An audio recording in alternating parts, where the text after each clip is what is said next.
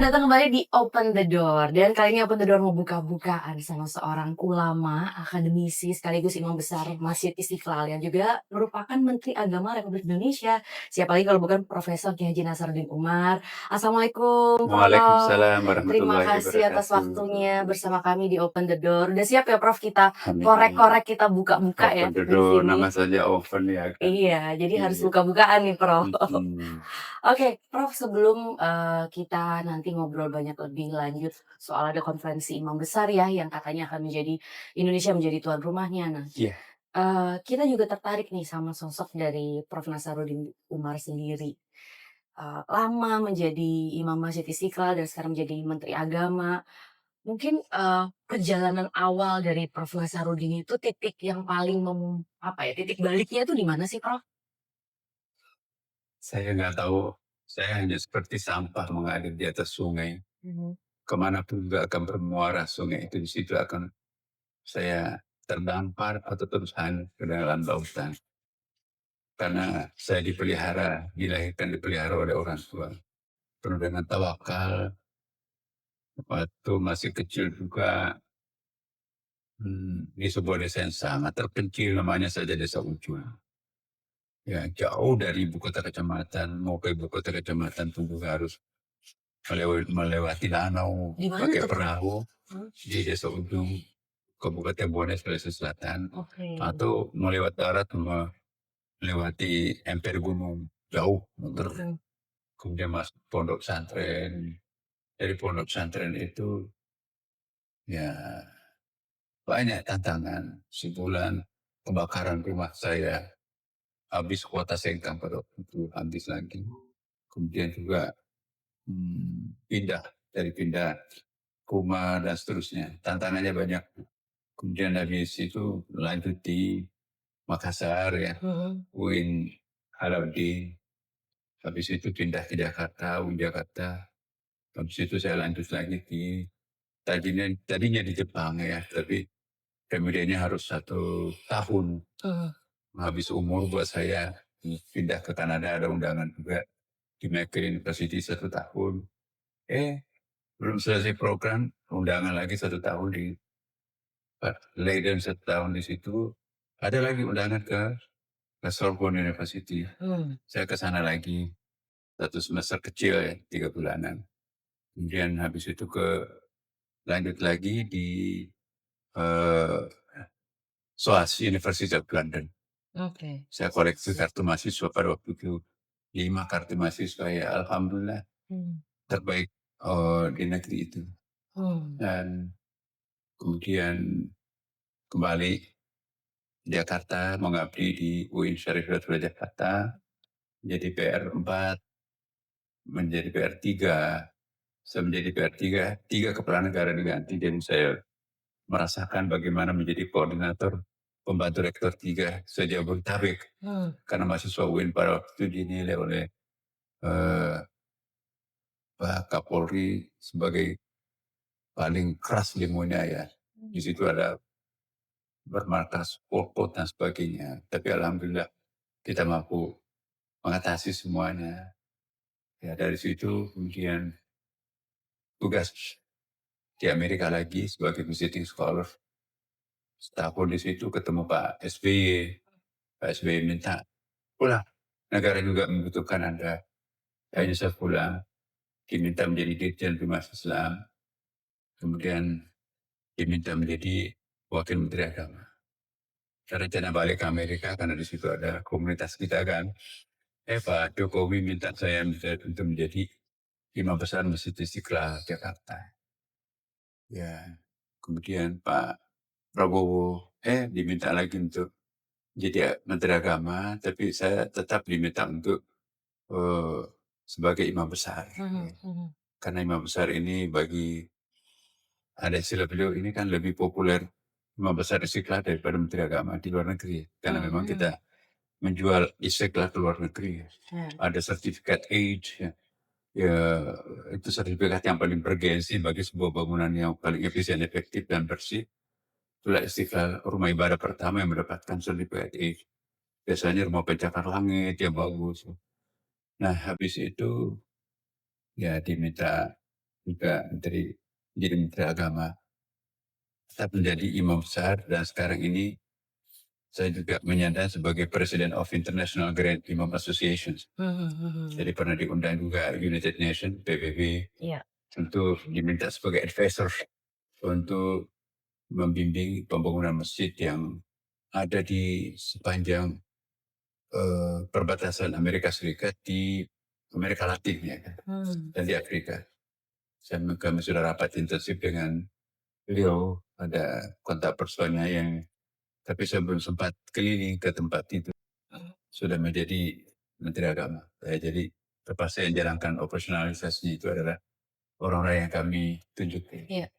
Dan tidak terasa ini kita akan melakukan konferensi. Oke. Konferensi ini nanti kita akan undang seluruh imam-imam besar dunia, bukan hanya di negara Middle East, Timur Tengah, tetapi imam besar di Amerika, di Jepang, di Korea Selatan, Iya. Eropa, dan itu akan datang ke Indonesia. Termasuk juga kami ada komunikasi dengan Syekh Sulais yang jadi fenomenal itu kan. Nah, kita mohon doanya pada para pemirsa semuanya, semoga gagasan-gagasan cerdas yang disponsori Indonesia ini insya Allah akan mengangkat martabat Indonesia sebagai cikal bakal epicentrum peradaban dunia Islam modern yang akan datang. Menarik menarik sekali. Tapi sebelum ke sana lagi nih, Prof. Nasa, kan Prof sudah menjalani beberapa peran. Enakan mana nih, Prof? Atau mana yang lebih challenging, mana yang lebih susah? Apakah menjadi pimpinan, lembaga, akademik, atau pimpinan rumah ibadah tersohor, atau pimpinan lembaga negara? Saya enjoy aja ya. Tiga-tiganya sama aja? Iya, Nabi merangkap jabatan berapa? Yang paling suka deh kalau gitu? Ya coba dulu. Nabi sebagai Nabi, Nabi sebagai Rasul, Nabi sebagai Panglima Angkatan Perang, Nabi sebagai Kepala Negara, Nabi sebagai bapak daripada anak-anaknya, cucu daripada kakek dari berbagai cucu. Dan mereka enjoy melakukan semua tugas-tugas mulianya itu. Nah, saya pernah menjadi pembantu rektor lah, rektor di UIN Jakarta. Sekarang juga masih rektor Universitas PTIK Jakarta yang berkolaborasi double degree nanti dengan Harvard Seminary International di New York dan juga Riverside University di Los Angeles. Pendidikan Karul Ulama di Istiqlal, dan saya juga imam besar. Mana yang paling enjoy? Saya enjoy semua karena saya menikmati juga sebagai Menteri Agama, ya, karena kami insya Allah berusaha untuk mampu menciptakan sesuatu yang baru yang mungkin dirasakan masyarakat, semoga ada manfaatnya. Nah, bagi saya melakukan suatu kreasi yang bisa memberikan kepuasan umat dan masyarakat, ya itu satu kepuasan tersendiri. Itu bukan dari saya, tapi kulluhu minallah, itu dari Allah semuanya. Baik. Saya juga menikmati memimpin Masjid Istiqlal dan juga memimpin imam-imam sedunia lah gitu ya. Karena ada kepercayaan besar dari para imam di luar negeri kepada imam besar Indonesia, walaupun I'm nothing ya, anak maaf saya nggak ada apa-apanya ya. Tapi yang dipercaya ya akhirnya kami melakukan kegiatan ini, dan besok ini insya Allah nanti kita akan kembali melakukan international conference for Great Imam Associations. Nah, kita akan hadirkan mereka. Dan sebagai perguruan tinggi, karena memang saya berkecimpung dari dulu ya di dunia perguruan tinggi. Dulu pernah waktu di Makassar, pernah juga sekretaris university, pernah juga ya dari dulu kita ya di perguruan tinggi, pernah juga mencicipi mengajar di Inggris dan juga di Amerika, di Italia, ya. Di mana lagi? Ya 3 yang lama-lama itu. Oke. Nah, Prof. Nazar, untuk tadi yang soal Grand Imam Conference, IGIC ya, itu awal mulanya gimana sih, Prof? Tiba-tiba Indonesia dapat peran ini? Ya, dulu memang ada. Imam besar sebelum saya itu sudah pernah uh, ada kepercayaan untuk mengundang para imam-imam masjid terbesar dunia. Ya. Tapi itu sudah tidak berlanjut, jadi saya mencoba meng-create suatu perspektif baru. Ya. seiring dengan canggihnya perkembangan zaman ini ya. Iya. Kita sebetulnya sudah melakukan lobi-lobi dan komunikasi-komunikasi secara Zoom dengan negara-negara anggota. Kadang-kadang kita diskusi tentang perkembangan imam, karena imam di luar negeri itu tidak sama imam di Indonesia. Mhm. Imam di Indonesia itu konotasinya lebih pemimpin sholat ya, ya pemimpin agama. Kalau di luar negeri itu berfungsi banyak itu ya. Kalau ada persoalan-persoalan keagamaan, misalnya di Amerika, saya juga pernah mendapatkan tugas pada bahkan tinggal di Mmm. imam di Indonesia Community, Muslim Community di Washington DC. Mhm mhm. Selama setahun lebih itu di situ kita juga menerima keluhan, menerima kepercayaan, bahkan juga undangan dari White House ya untuk Oke. acara-acara misalnya acara kenegaraan termasuk juga halal bihalal kan juga diadakan di White House itu ya. Imam-imam juga diundang. Kemudian juga ada buka puasa bersama yang dilakukan oleh komunitas interfaith ya kan. Nah, saya menikmati ya bahwa perkenalan kita dengan dunia internasional itu punya seni tersendiri dan itu kita bisa mengharumkan mengangkat nama bangsa bahwa Indonesia itu kita juga bisa bicara dalam hal-hal yang sifatnya perkembangan global. Iya. Iya, di New York kita juga berkali-kali diundang untuk memberikan perspektif yang selama ini eh, advisor Islam di PBB United Nations itu pada umumnya dari Mesir kan. Nah baru 3 tahun lalu dipercayakan ke kita Imam Besar Istiqlal Jakarta di Norway ya. Kami juga sering diundang ke sana ya dalam kapasitas sebagai advisor daripada eh, Islam religions ya. Kan ada Kristen, ada juga Hindu, Buddha dan agama-agama lain. Iya iya iya. Nah, itu awal mulanya Indonesia kayak dapat kepercayaan peran ini tuh gimana? Iya mungkin karena pengalaman saya secara pribadi Mhm. banyak pernah hidup di beberapa negara ya. Pernah hidup di Jepang, di Kanada, di Amerika, di Inggris, di Prancis, ya, di Mesir, di Belgia, Oke. di Denmark ya. Jadi kita pernah punya koleksi pengalaman ya. Bagaimana menjadi muslim di Italia, bagaimana di Amerika dan seterusnya. Oke. Nah, kita sudah ada pengalaman untuk berdialog interfaith dengan rekan-rekan kita yang beragama non-muslim di situ ya. Dan terakhir kemarin juga ada The Vote of Years itu kita mengundang Paus Paus Mhm. Franciscus kemarin datang ke Istiqlal. Ya, saya mencium jidatnya, dia mencium tangan saya. Itu menjadi The Vote of Year 2025 dan Paus yang baru juga mengundang saya lagi kemarin dan sebagai keynote speech di dalam International Conference di Vatikan ya. Dan juga satu kepercayaan tersendiri karena kami yang diminta untuk menjadi keynote speech pada waktu itu ya. Pada banyak negara-negara muslim yang lain. Ada MOU juga yang pernah kita tanda tangani dengan Paus. Justru MOU kita itu yang ditindaklanjuti di antara sekian MOU yang pernah ditandatangani oleh Paus. Karena kita mengangkat isu yang sangat strategis, ekoteologi, kemudian religious diplomasi, ya kan. Jadi religious diplomasi ini kita gagas, saya selaku imam besar, eh, forma diplomasi sepertinya banyak mengalami hambatan ya, perang di mana-mana. Coba kita memperkenalkan religious diplomasi, spiritual kita sentuh ya. Ternyata diharapkan nanti itu. Kan humanity is only one, there is no colors ya kan. Semua Mhm. kemanusiaan itu kan sama ya. Kalau jalurnya formalitas, ada blok-blok, ada subjektivitas. Tapi kalau kita bicara tentang diplomasi hati nurani, we understand ya kan sama antara semuanya. Nah, kita harapkan mudah-mudahan religious diplomasi ini nanti bisa lebih mendalam, mendasar ya. Nah, melalui imam ini nanti eh, ada kelanjutannya nanti. Insya Allah kalau ini sukses kita lakukan eh, imam associate conference ini, Mhm. kita nanti akan galang juga agama-agama lain. Agama lain kan juga punya semacam imamnya ya. Betul. Religious leaders mereka itu Iya. nanti kita akan undang ke Istiqlal. Ya, bagaimana kita menggunakan bahasa agama dalam menyehatkan lingkungan hidup.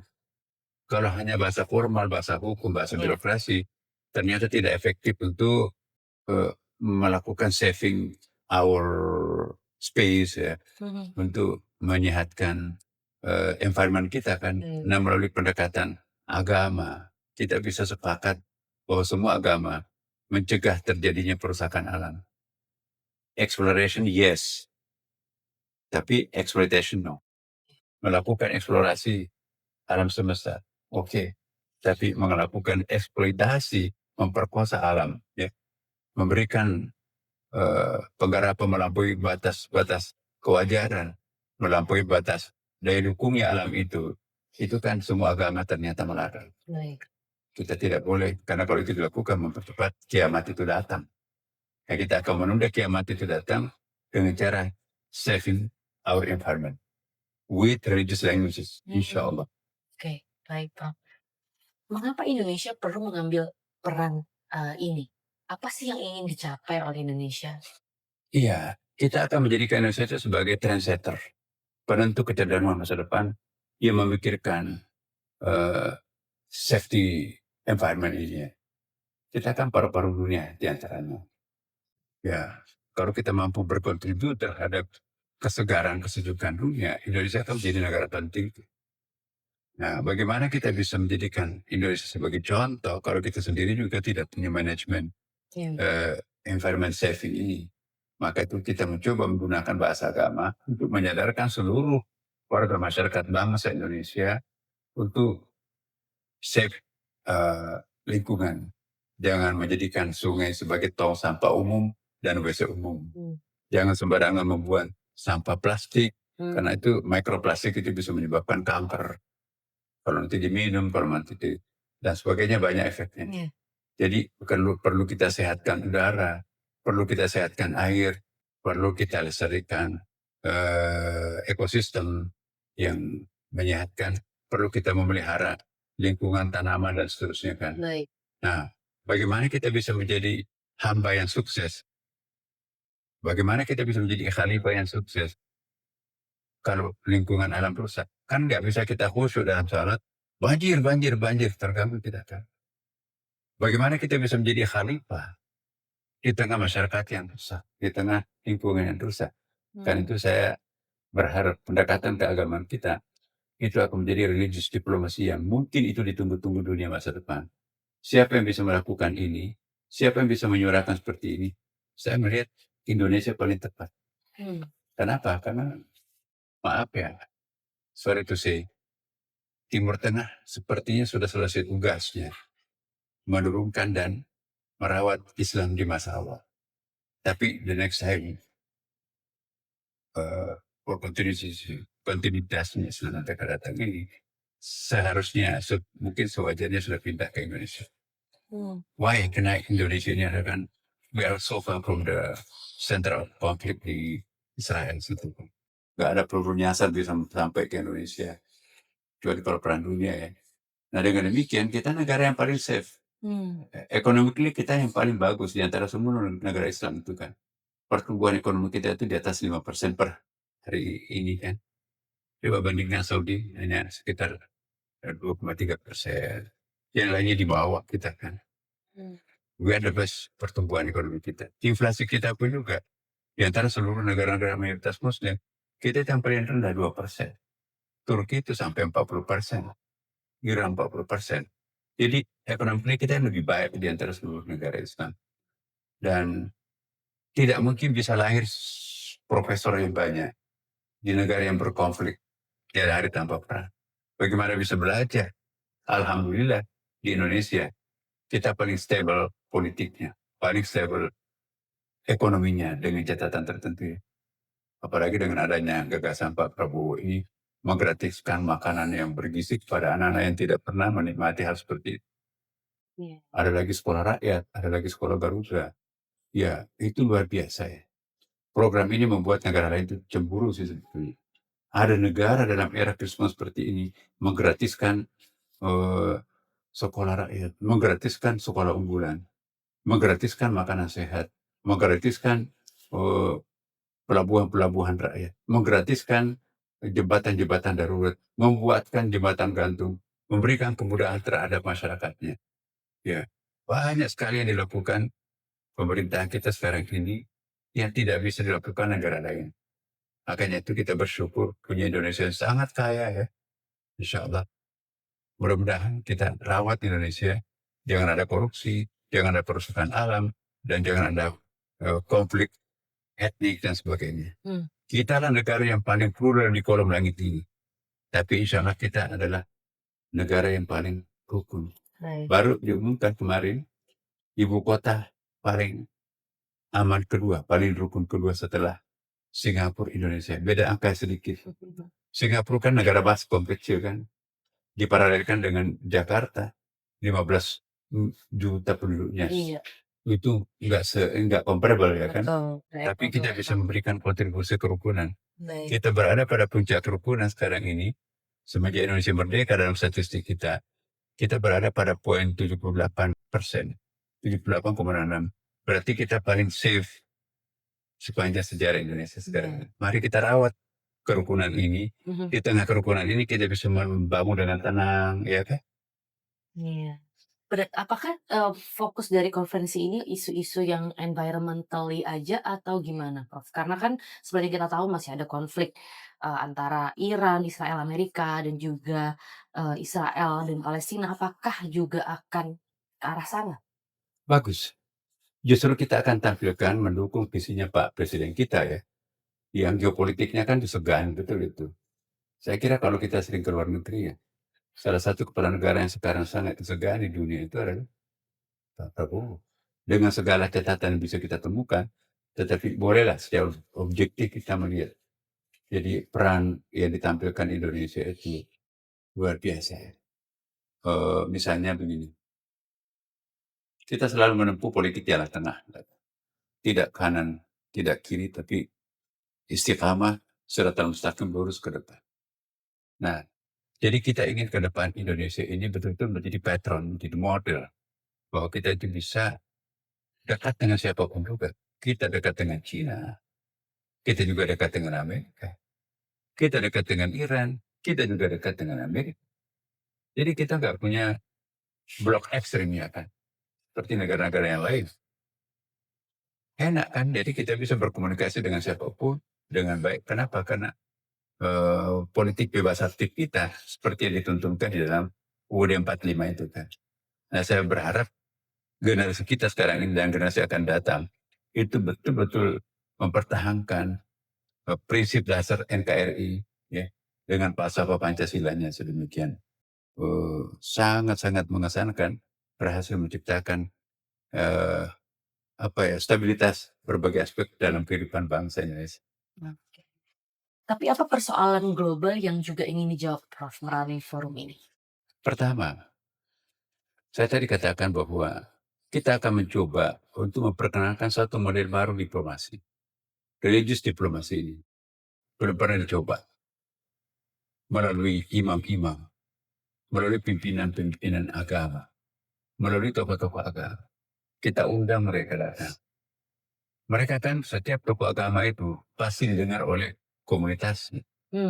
Ya, Amerika walaupun kita katakan negara sekuler, tapi jangan salah. Mata uang yang paling religius itu yang ada kalimat God-nya Allah di mata uangnya itu kan adalah uang dolar Amerika. Jadi keliru kita kalau kita menganggap Amerika itu adalah negara sekuler mutlak. Religiositinya Amerika itu kan terbukti di dalam praktek juga, disiplinnya, ya tertibnya, bersihnya, tutur katanya, kesantunannya. Ya jangan-jangan mereka lebih perspektifnya lebih unggul daripada yang lainnya. Tapi kita juga tidak mau mengatakan bahwa Amerika segalanya. No, dia juga punya kelemahan besar. Kita juga sama. Kita bukan juga mengatakan Indonesia itu adalah segala-galanya. Kelemahan kita juga ada, tapi positif kita juga ada. Semua plus minusnya ada ya. Tapi kita ingin memperkenalkan Indonesia sebagai salah satu negara yang akan menjual kedamaian, ketenangan, ketentraman melalui diplomasi religiusnya. Dan yang kedua, kita juga menjadi agent terhadap terwujudnya lingkungan yang kondusif untuk melahirkan alam yang seger. Jangan membiarkan alam ini dirusak oleh tangan-tangan jahil. Dhahara al-fasadu fil barri wal bahr bima kasabat aydin nas. Tampak kerusakan di darat dan di laut itu karena tangan jahilnya anak manusia ini. Kita diingatkan oleh kitab suci kita. Dan saya kira juga dalam kitab Mazmur dan kitab Kejadian, Bible juga mengingatkan hal yang sama. Dalam memanfaatkan diri kita sebagai khalifah, ya kita nggak boleh melampaui batas. Wala tusrifu, jangan melampaui batas, karena segala sesuatu yang melampaui batas itu teman setan. Ya, ini yang kita harapkan ke depan. Mudah-mudahan bangsa Indonesia bisa menjadi teladan. Kita negara yang paling kaya dengan bahasanya, etniknya, agamanya, budayanya. Tetapi pada saat yang bersamaan kita menampilkan kerukunan. Menakjubkan sekali. Banyak negara kita hanya 7 etnik di situ, tiada hari tanpa perang.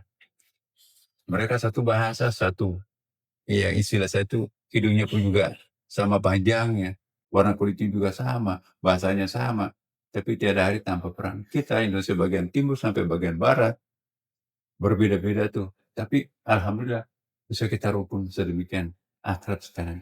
Iya. Iya.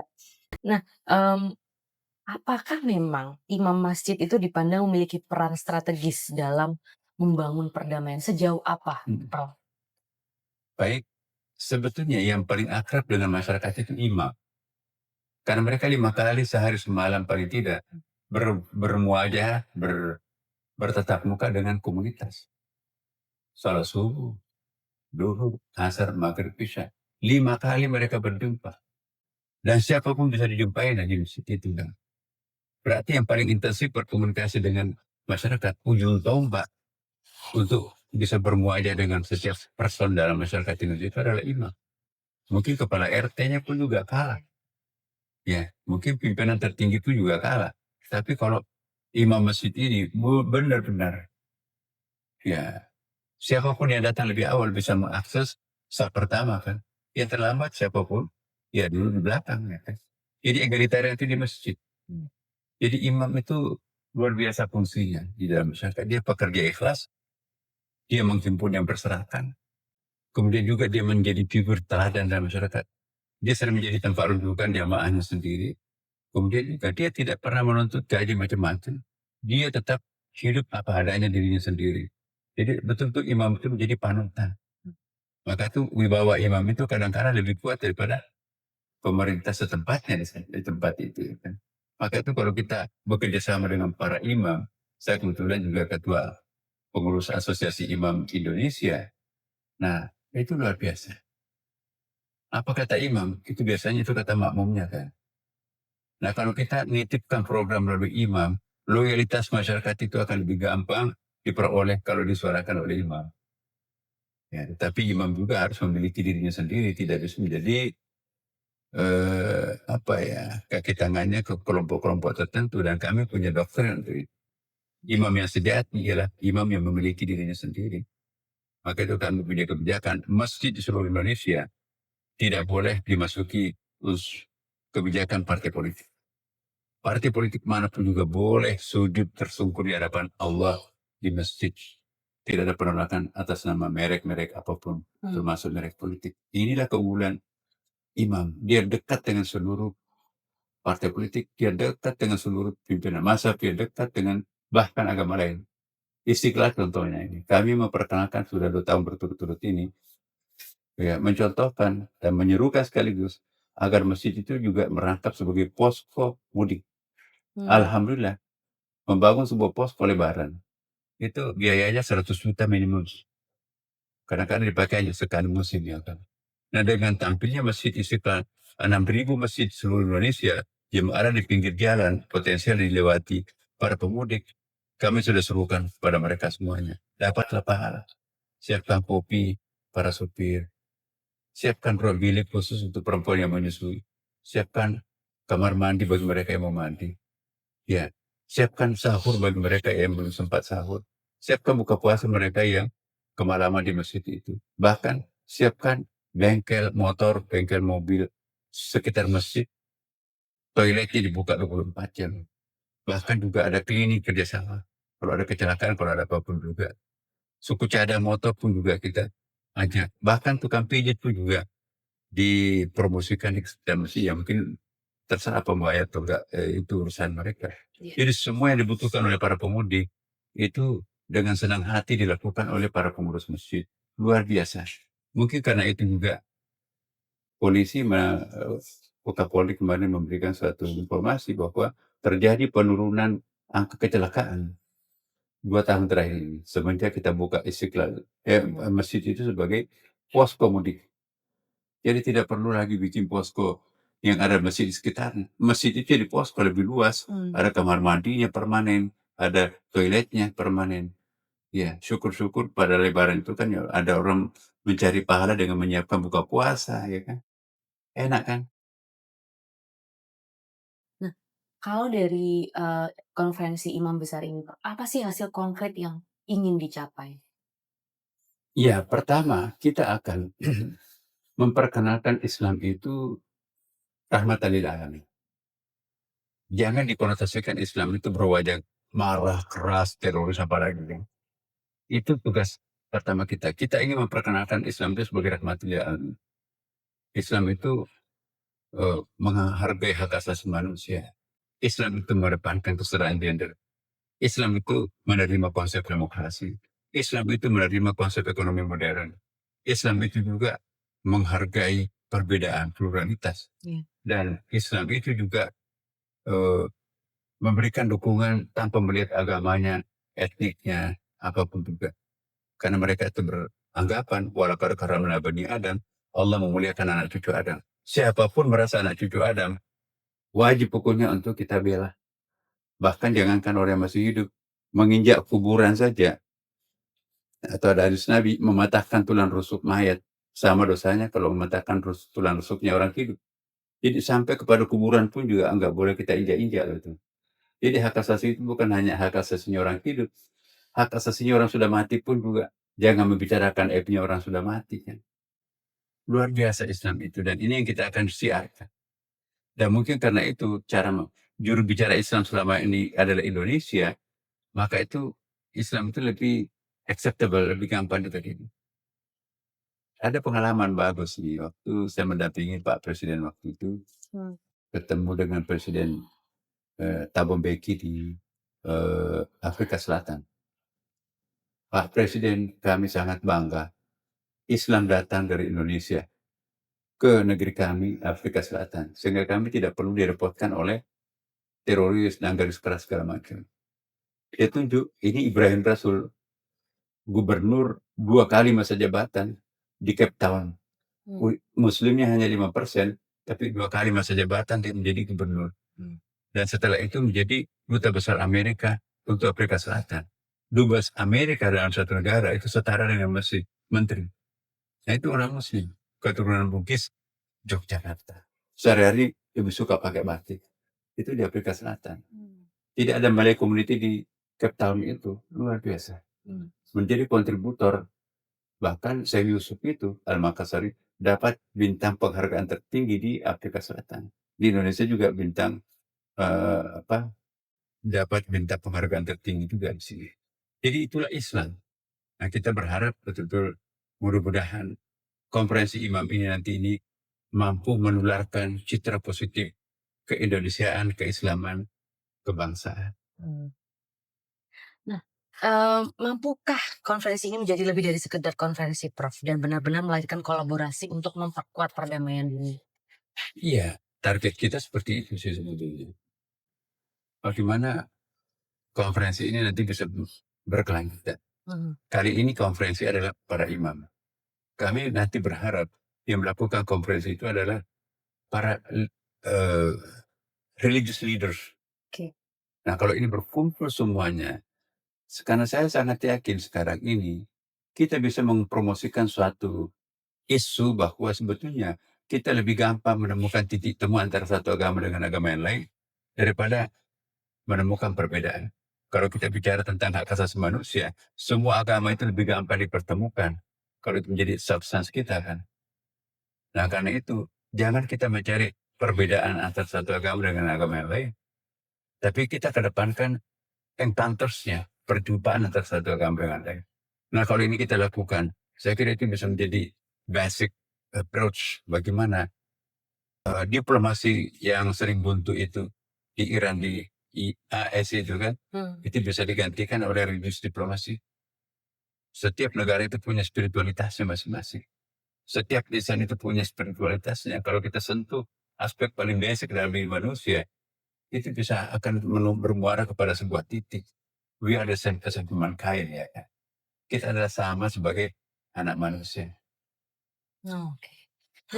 Nah, minta tanggapan juga nih Prof, mengenai konflik geopolitik dunia dan kiranya apa yang bisa kita lakukan sebagai masyarakat muslim di luar dari negara yang berkonflik itu untuk juga ikut, setidaknya berkontribusi untuk bisa, apa ya, ada pemahaman mengenai perdamaian dunia ke depannya begitu.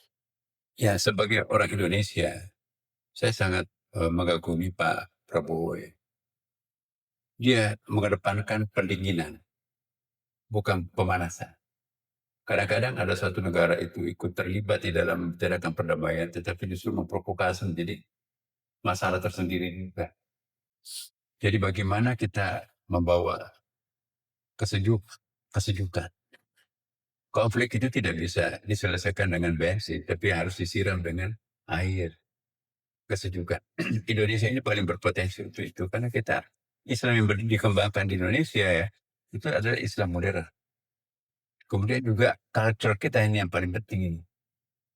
We are from the maritime culture. Maritime culture itu budaya maritim, budaya laut, ya kan. Dalam falsafah kita, di mana ada pantai, di situ bebas perahu ditambahkan. Di mana ada sungai, di situ orang bisa mengambil air tawar. Nah, dari mana ada api? Halal untuk mengambil api itu kan dulu kan orang masak pakai api kan. Nah, inilah prinsip dasar maritime culture. Jadi di sini memang nggak ada nabi yang turun di Indonesia, tapi we are the best. Penilaian Saudi Arabia, kita selalu mendapatkan penghargaan. Negara yang paling santun, paling sedikit pelanggaran hukum jadi musim haji Indonesia. Pada seperlima jemaah haji itu adalah dari Indonesia. Jadi itulah yang nanti akan dilakukan juga di konferensi ini ya Prof ya? Betul. Nah, ada kebanggaan tersendiri menjadi warga negara Indonesia, ya.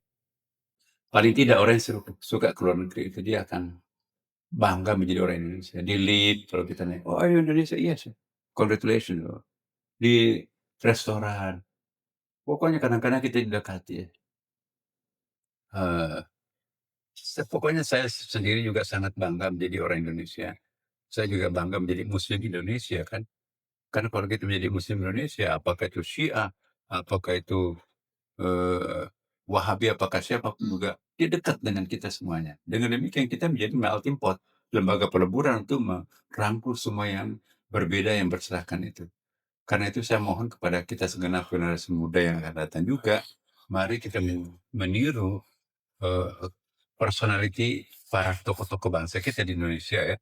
Seperti pendiri NU, pendiri Muhammadiyah, pendiri ormas-ormas Islam, benar-benar ya lebih mengedepankan bangsanya daripada kepentingan subjektivitasnya. Anda jangan lupa bahwa jiwa besar umat Islam itu dengan spontan dan tanpa melalui konferensi macam-macam berubah, ya, ketuhanan dengan kewajiban menjalankan syariat Islam bagi pemeluknya. Ya, Piagam Jakarta itu kan dengan ketuhanan yang Maha Esa. Jadi ini satu poin yang sangat penting, bahwa Indonesia itu gampang melakukan adaptasi dengan sesama umat manusia sekalipun agamanya berbeda. 2 pertanyaan terakhir nih Prof. Bagaimana memastikan semangat yang lahir dari konferensi ini nantinya dapat diterapkan di tingkat masyarakat? Insya Allah paling tidak begini. Saya datang ke Belgia, saya datang ke Spanyol, saya datang ke Vatikan. Di sana ada masjid besar juga di bawah Saudi Arabia. Saya datang ke Tokyo. Saya datang ke saudara sendiri, itu kan. Saya datang ke masjid. Saya yakin mereka akan menerima kami sebagai saudaranya.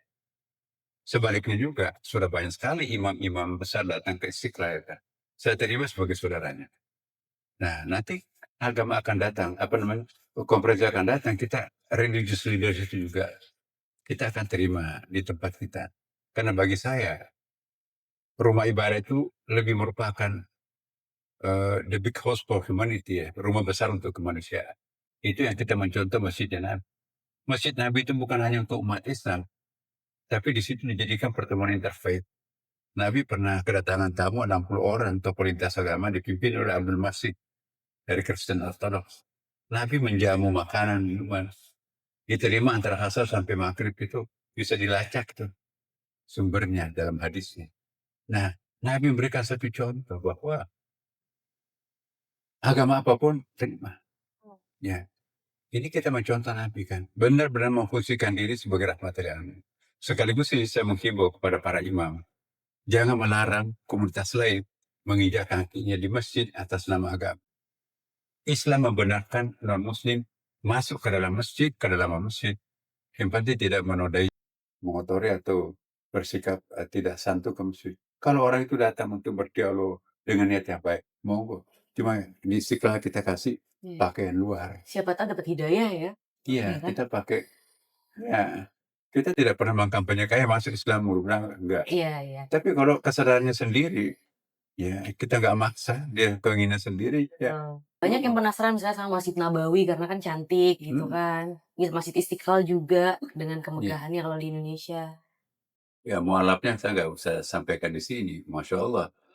Tapi buat saya, kita bukan memperkenalkan ini semuanya untuk melakukan quote and quote itu Islamisasi. Iya. Tujuan kita itu adalah humanisasi ya. Memanusiakan manusia itu adalah cara luhur untuk semua agama.